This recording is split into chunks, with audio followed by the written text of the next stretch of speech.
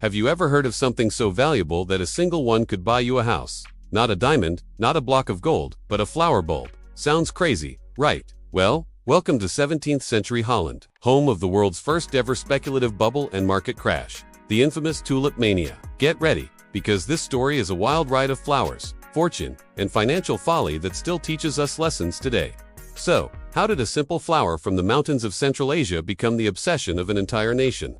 When tulips first arrived in the Netherlands in the late 1500s, they were unlike anything Europeans had ever seen. Their vibrant, intense colors were a symbol of exotic luxury. But the real game changer was a virus. Yes, a virus.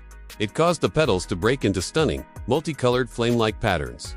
These broken bulbs were incredibly rare and unpredictable, making them the ultimate status symbol for the wealthy elite. Owning a rare tulip was like owning a masterpiece painting or a high-end sports car today. It screamed, "I have made it." Initially, this was a hobby for rich botanists and aristocrats. They traded rare bulbs in their fancy gardens, sipping wine and admiring their floral treasures. But soon, the rising prices caught the attention of the middle class, the merchants, the artisans, the everyday person. They saw their neighbors getting rich, not from years of hard work, but from trading flower bulbs. The fear of missing out, or FOMO as we call it today, was born. Everyone wanted a piece of the action. The market completely transformed. It moved from the gardens of the rich into the smoky taverns of Dutch cities. People who had never even seen a rare tulip started trading them. They weren't buying bulbs to plant in their gardens. They were buying them with the sole intention of selling them for a higher price. This is the classic definition of speculation. A futures market even developed, where people would buy and sell contracts for bulbs that hadn't even been harvested from the ground yet.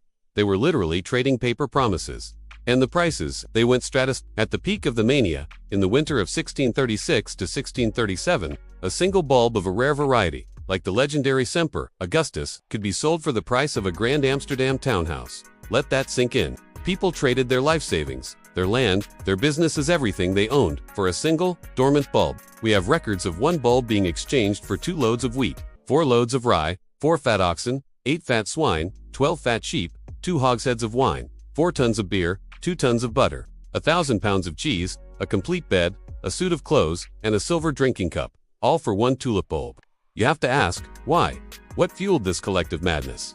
It was a perfect storm. The Netherlands was experiencing its golden age, a period of immense wealth and prosperity from trade. There was a lot of extra cash floating around. Combined with this was a powerful psychological force, the greater fool theory.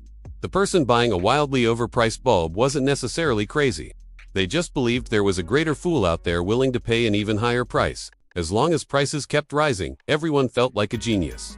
But bubbles, by their very nature, always burst. And when the tulip bubble burst, it was brutal. In February 1637, for no single clear reason, the confidence just evaporated. Perhaps a major auction in the city of Haarlem failed to attract buyers. Perhaps people just suddenly woke up and realized they were paying a fortune for a plant. Whatever the trigger, panic set in. Everyone rushed to sell at once, but there were no buyers left. The greater fools had all disappeared. Prices plummeted. Contracts that were worth thousands of guilders one week were worthless the next. People who thought they were rich overnight found themselves bankrupt. Fortunes were wiped out. The aftermath was a mess of broken contracts, lawsuits, and shattered dreams. While some historians now argue the economic devastation wasn't as widespread as the legend suggests, the psychological impact was profound. The Dutch had learned a harsh lesson about the difference between value and price, and the dangers of herd mentality. So, why are we still talking about a flower craze from 400 years ago? Because tulip mania was the first, and perhaps clearest, example of a financial bubble in history. It laid out the blueprint for every bubble that has followed, from the South Sea bubble in the 18th century, to the dot-com bust of the late 90s, to the housing market crisis of 2008. The pattern is always the same. A new, exciting asset captures the public's imagination. Prices rise, fueled by speculation and the fear of missing out. People ignore fundamental value and get caught up in the hype. And eventually, inevitably, reality hits and the bubble pops. The story of tulip mania is more than just a quirky historical anecdote. It's a timeless cautionary tale about human psychology, greed, and the madness of crowds. It reminds us that when everyone is shouting buy, and it seems too good to be true, that's often the best time to step back and think. It teaches us the importance of understanding what you're investing in and not just following the herd off a financial cliff. The next time you see a market getting overheated, remember the humble tulip and the fortunes that were won and lost over its beautiful, fragile petals. Thank you so much for watching. I hope you found this slice of history as fascinating as I do. If you enjoyed this video, please give it a thumbs up, and don't forget to subscribe to the channel for more deep dives into the stories that shaped our world. Hit that notification bell so you won't miss our next video. See you next time.